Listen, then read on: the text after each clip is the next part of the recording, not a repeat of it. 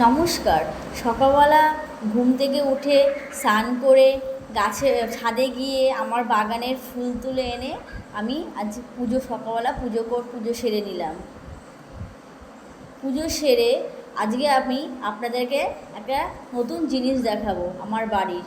দেখুন এই পাখিগুলোকে আমি আমার একটা ঝড়ে আমার পাশের বাড়িতে একটা আম গাছ ছিল, সেখান থেকে আমি পেয়েছি।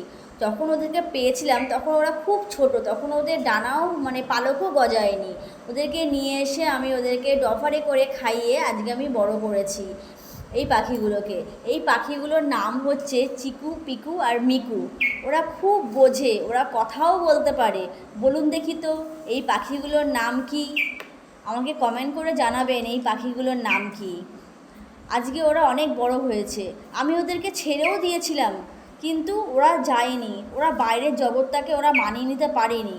ওদেরকে কাক এসে এমন ঠোকরাচ্ছিল, ওরা আমার ছাদে এসেই ওরা সে পড়েছিল। আমার ওদেরকে দেখে খুব কষ্ট লাগলো, এবং আমি ঘরে নিয়ে চলে আসলাম। নিয়ে এসে আমি আমার কাছেই রেখেছি। আমার কাছে ওরা ভালো আছে, ওরা বাইরের জগৎটাকে মানিয়ে নিতে পারবে না, তাই ওদেরকে আমি আদর করে